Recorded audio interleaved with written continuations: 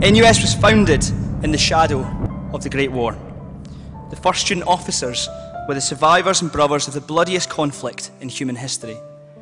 They wanted to put their effort behind a world movement for peace.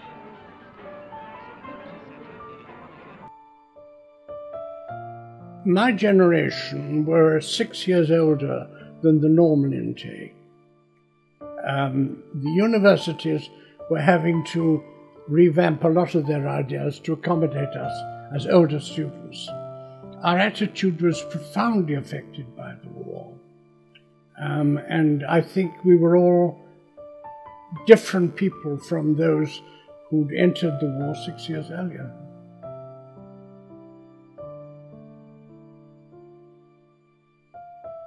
There were sort of several issues that always, no matter which president you spoke to, the big issue was always student finance. And it ebbed and it flowed through the decades in terms of what various governments were trying to do to it. So when I was president, we'd just undergone through Stephen Twigg a huge reform process where we changed how many conferences we had, for example.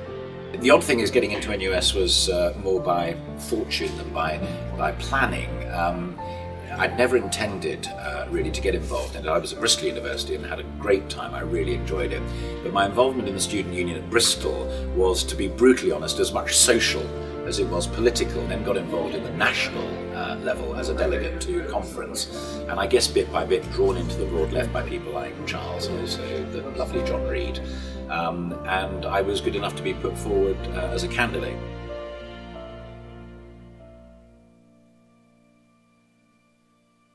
Well, it was a fantastic time of change across the world.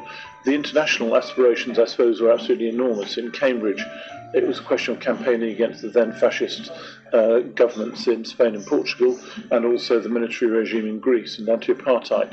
So these issues were very, very big, and they drew me into student politics at that time. We had to change NUS quite dramatically from being a services-based organisation when the service empire collapsed to being an organisation that could hold the loyalty of students, even though it was no longer providing those massive services like student travel and insurance and so on.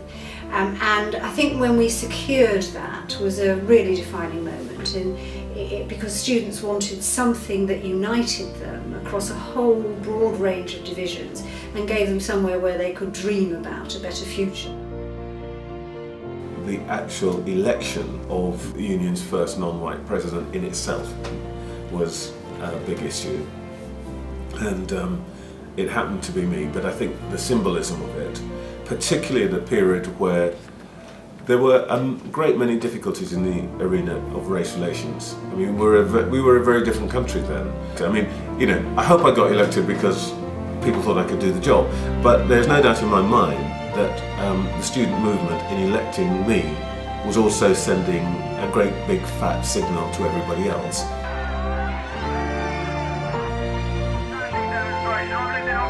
So this year, as you know, we've had several reasons to look back on our history.